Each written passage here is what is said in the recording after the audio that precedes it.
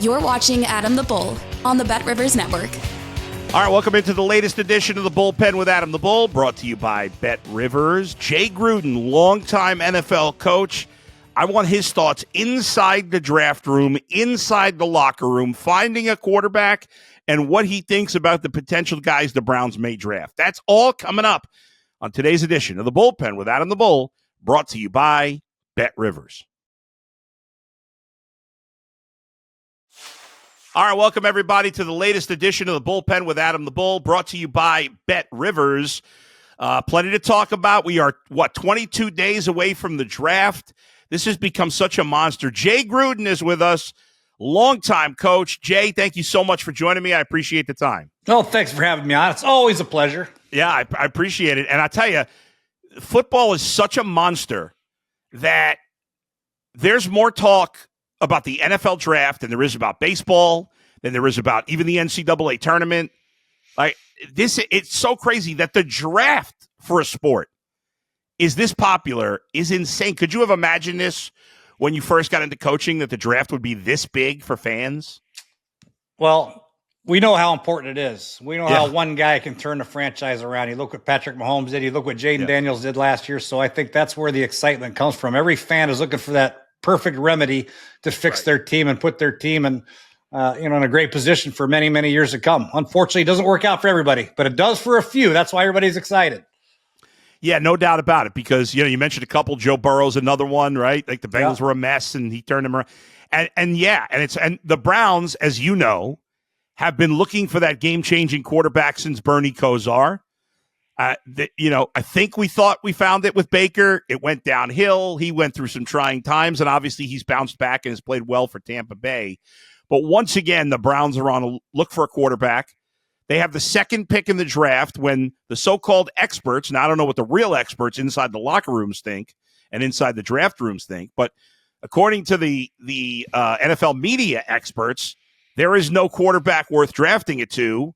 That maybe Cam Ward's the only really franchise changer, and he's going to go one. What say you about that? Do you buy that this is not a good quarterback class? I wouldn't say it's not a good quarterback class, but you have to understand it too. It's very important to get the second best player in college football. We were in a similar situation in Cincinnati my first year. Carson Palmer didn't want to come back. We had no quarterback on our roster. We had Dan Lefevre and Carson's brother, Jordan Palmer, only 200. And we had the fourth pick in the draft. And Mike Brown wanted either Julio Jones or A.J. Green, the two best receivers in the draft. We got A.J. Green, and we waited till the second round and held on to our you-know-whats, and we ended up getting Andy in the second round. So there's other ways to go about it. If you don't feel very strongly about one of those quarterbacks being the second best player, then it might be better to wait. You might get a guy like Quinn Ewers or Tyler Shook or, whoever it might be in the second or third round. There seems to be very varying opinions on Deion Sanders' son, Shedeur Sanders. There's some people that think he's going to be great. Some people think he's going to be solid. Some people don't like him at all. When you see him, what do you see? Do you think, how good a quarterback do you think he can be? I think he's a natural passer of the football. He's very accurate. He's got a good enough arm. He doesn't have an overwhelming arm, but he's accurate. He's got good anticipation. He played a pro-style offense at Colorado, which is good. I just don't like the fact he was very inconsistent in his decision-making as far as getting the ball out of his hands. He took a lot of sacks, and that bothers me. He's too good of an athlete to take 65-plus sacks as a senior. And I didn't like the fact that he degressed a little bit in that last game against BYU. It wasn't a very good game for him. I was hoping to see the best of Shedeur Sanders in his last game, and that didn't happen. He looked very average to below average in that game. But I'm not going to judge him by one game. What he did at Jackson State and how he put Colorado on the map, I think he'd definitely be a guy to worth talking about for the Cleveland Browns. You mentioned a couple of other guys. I mean, there are a lot of people in Cleveland that the Browns' offense, very bad right now. You got Jerry Jeudy's a nice receiver, David Njoku, a solid tight end, and not much, a couple good offensive linemen, but not much else. And there are some people that think, okay, and I can understand this. If the Browns decide Shedeur is not worth the second pick, okay, take Travis Hunter. The Browns have said they look at him as a receiver. I'm sure they'll use him on both sides at least some. And then, as you mentioned, take that quarterback in the second round. If they decide to pass on quarterback at 2, do you think Travis Hunter is the right call? And what quarterback would you like the most at the top of the second round? I don't think you go wrong with Travis Hunter. I've watched a lot of him. Now, he needs to be polished a little bit more at wide receiver, but I think he can be a special wideout. And I can use him on defense occasional. I'm one of the few guys that think he should be an offensive player and sprinkled in on defense. A lot of people think it should be reversed, but what he does with the ball in his hands after the catch is uncoachable. I mean, he's a touchdown player, touchdown maker, and to go along with Tillman and Njoku and Jerry Jeudy, I think would be a great fit for them. And then you throw them in around some third down packages or 2 minute on defense, let them eat on defense. I mean, defenses aren't hard to learn. It's cover 2, quarters, cover 3, whatever it might be, man to man. Come on, let's get them in the building, teach them some damn offense, give them some touchdowns, and I don't think you go wrong with that pick. So, yeah, and then in the second or third round, I mean, there's a couple guys out there. You got Jackson Dart. I think he's going to go higher than people think. Right. Obviously, Jalen Milroe is an interesting prospect because of his athleticism. Quinn Ewers at Texas played a lot of football. Tyler Shook at Louisville is 6'6". He's 26 years old, but he's got a big, strong arm. I like him. Kyle McCord, you might be able to get in the 4th or 5th round from Syracuse. He's an accurate passer. But I don't know if any of those guys are really ready to step in and become the full-time starter and take Cleveland over the hump. That's my only issue with this draft class. Most of these guys, to me, seem like they're backup type guys. Let's let them develop in the house for a year or two, see how they do, and then maybe if we need them, we'll put them in there. But they look like backups to me for the first 2 or 3 years. I'm fascinated by Jalen Milroe, so I want to go back to that because obviously the athletic ability is through the roof. I mean, you can't be a better athlete at the position than the guy, and he can throw a good deep ball, obviously, but his, short to intermediate passing is not great. Not good. Not good. Yeah. So is that something that can be coached, or is that something is that something you have that's natural and you can't coach it? It's hard to coach accuracy, anticipation, touch. I mean, it really is. Josh Allen didn't have great accuracy coming out of Wyoming, but he's such a big physical kid. He had such a powerful arm.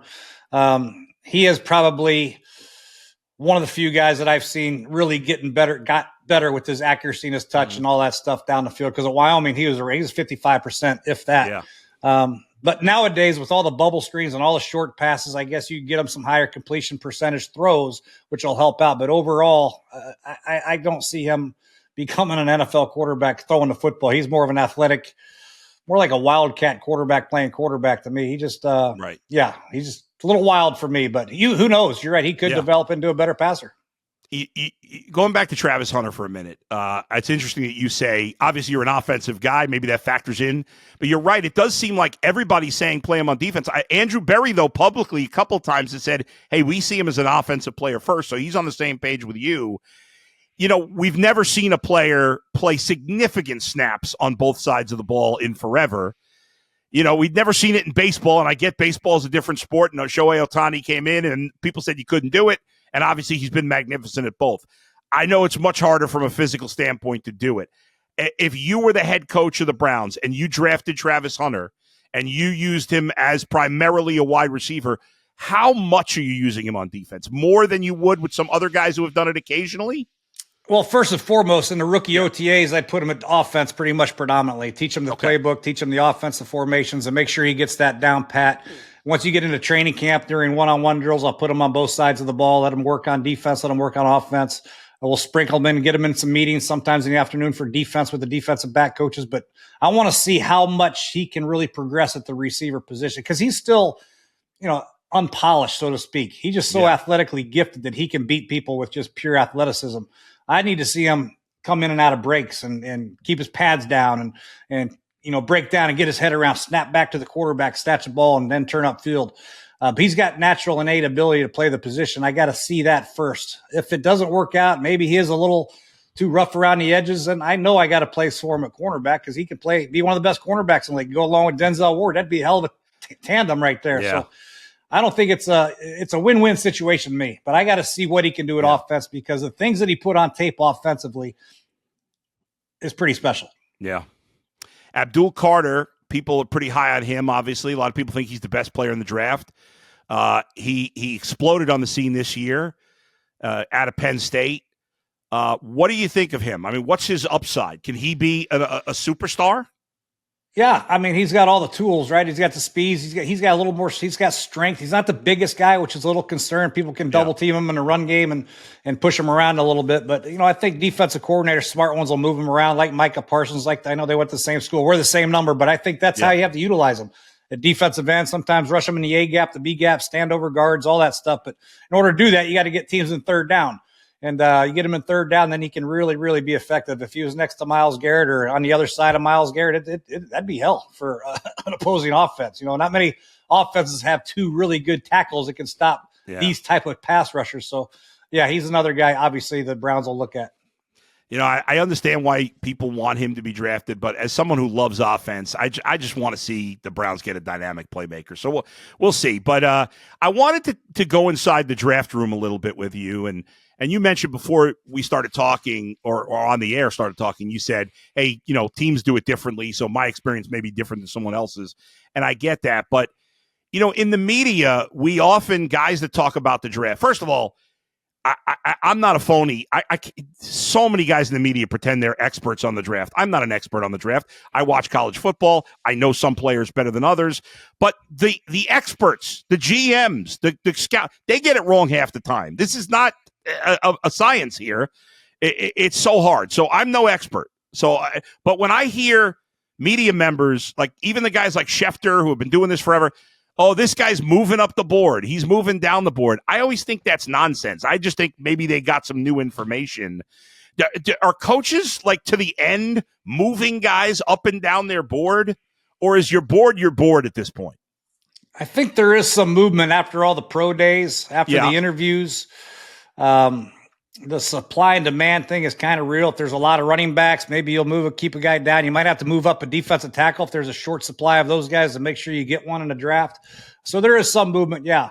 And I'll let you on a little secret. There are no experts. There are no experts. You just got to work your ass off. You listen to everybody's opinion on the player, and you get all the information you can. You pro day, 40 time, combine, what type of person they are. You look at the game tape, and then you try to make a good team decision, what's best for the team and what the team needs are. So, if you go 50-50 in this draft class, I mean, you're going to be very fortunate. It seems to me that one of the most important parts of the process doesn't get talked about publicly a lot, that it's getting to know the player, like finding out, does this guy love football or is this just a job for him? I would think those things, especially when it comes to like a quarterback or whatever, that those things are extremely important. We get so caught up in the 40 times and all these other things, and that really tells a lot about a player. Is that fair?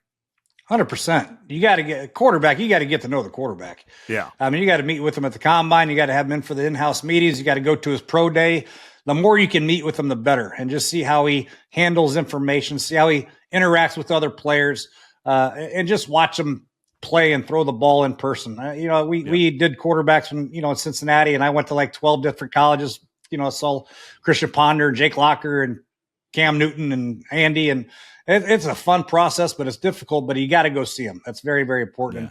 And I'm sure the Browns have done that, but it's just tough at picking it too, because this has got to be a game changing, a team changing, a franchise changer at that position if you're taking quarterback. Everybody, I know it's a year down the road, but obviously everybody's speculating about Arch Manning. Like Shedeur Sanders, there's a ton of hype going in because of what family he's from. What's your early returns on him, and how good do you think he's going to be? I know it's a little hard to tell. Yeah, it's hard for me to tell because he didn't beat out Quinn Ewers. So we'll see how he does with time. And I think that's the most important thing for nowadays with the quarterback position. You're getting more guys that are playing 3 and 4 and 5 years.